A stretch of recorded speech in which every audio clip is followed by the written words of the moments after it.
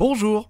Ah, les actualités de jeux vidéo sur ma chaîne. J'avais commencé ce concept de vidéo courte en janvier 2014, pour ceux qui s'en souviennent. De ce jeu mis en vente sur eBay, ils étaient partis entre 15 000 et 20 000 $. C'est fou comme on peut changer physiquement en 4 ans et demi. J'ai lu ce matin sur le site jv.com une folle rumeur concernant la prochaine génération de consoles du côté de Microsoft. Ils n'ont pas l'intention, comme ils le font habituellement, de nous proposer la remplaçante de la Xbox One, mais ils ont plutôt l'intention de proposer au public deux consoles en même temps. C'est une première dans l'histoire des jeux vidéo. Enfin, quand on y pense, on a toujours eu le droit à plusieurs consoles d'un même constructeur lors d'une génération de consoles, mais le plus souvent, ce sont des versions améliorées slim d'une console de base. PS2, PS2 Slim, PS3, PS3 Slim, Xbox One Slim, Xbox One X. Mais cette fois-ci, les deux consoles qui vont sortir presque en même temps, on ne sait pas encore de ce côté-là, sont totalement différentes. La première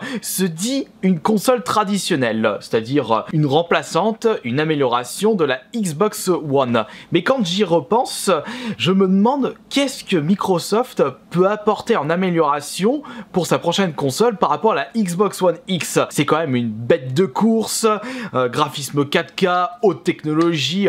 Là, je sais pas, c'est chou blanc de mon côté, mais il ne faut pas oublier que les constructeurs ont quand même plusieurs idées secrètes dans leur poche. Ils ont toujours eu l'habitude de nous proposer des choses surprenantes, de belles surprises. Donc faisons confiance aux différents constructeurs de jeux vidéo. Mais après tout, 2020, c'est dans 2 ans, c'est encore un petit peu trop tôt selon moi pour une nouvelle console, une remplaçante de la Xbox One. Il y a encore tellement de choses à découvrir sur la Xbox One et même sur la 360. Elle n'a pas encore dit son dernier mot. Juste en parlant de celle-ci, il y a presque 1000 jeux qui sont sortis. Il y a de quoi faire encore aujourd'hui. Wait and see pour la remplaçante directe de la Xbox One X. Vous pouvez déjà me dire dans l'espace des commentaires ce que Microsoft peut apporter en amélioration pour la prochaine génération de consoles. On va s'intéresser maintenant à la deuxième console qui est un peu plus improbable. Et c'est un choix un peu suspect de la part de Microsoft. Je vais vous expliquer pourquoi. La deuxième console se dit cloud, c'est-à-dire jouer aux jeux vidéo d'une façon streaming. Comme on le fait actuellement en regardant les séries via Netflix, on ne télécharge pas de films, de séries, on les regarde directement via un service. Et ce sera de même pour cette future console de chez Microsoft. Il n'y aura pas besoin de télécharger des jeux, d'installer des jeux, donc au revoir les jeux des maths et au revoir les jeux en boîte. En plus, vous ne pourrez même pas posséder le jeu. Vous pourrez avoir accès à un gros catalogue de jeux vidéo, en échange bien entendu d'un abonnement mensuel. On n'a pas encore de renseignements concernant son prix et j'espère que ce ne sera pas trop cher, puisque si on cumule Netflix, si on commence à cumuler Xbox, si Sony décide de faire pareil, les abonnements téléphoniques, on va se retrouver avec des frais de 300-400 € si c'est pas plus par mois. Ça risque de faire mal au porte-monnaie et je ne vous parle pas du désastre écologique pour faire tourner le maximum de serveurs si tout le monde se met à jouer en cloud. Cependant, question simplicité, on ne peut pas faire mieux. On installe la box, on branche, on prend l'abonnement mensuel et on joue à ce que l'on souhaite sans le besoin de télécharger, d'installer quoi que ce soit, mais c'est super simple. C'est vrai que c'est quelque chose que les constructeurs souhaitent mettre de plus en plus en avant, c'est la simplicité. Comme on le sait tous, le consommateur veut quelque chose de très simple, on allume, basta, on s'embête pas. Bon, après, il y a des défauts par rapport à ce principe-là. Comme je vous l'avais dit précédemment, je trouve ça bizarre de la part de Microsoft de se lancer dans ce genre de machine, puisqu'on a eu le droit à la Ouya, une console qui a été kickstartée de base et qui a complètement bidé. Il y a eu les fins de production de cette console en 2015 suite au rachat de la société par Razer. Les compagnies de téléphone ont déjà proposé ce genre de service avec par exemple Orange et sa box Orange,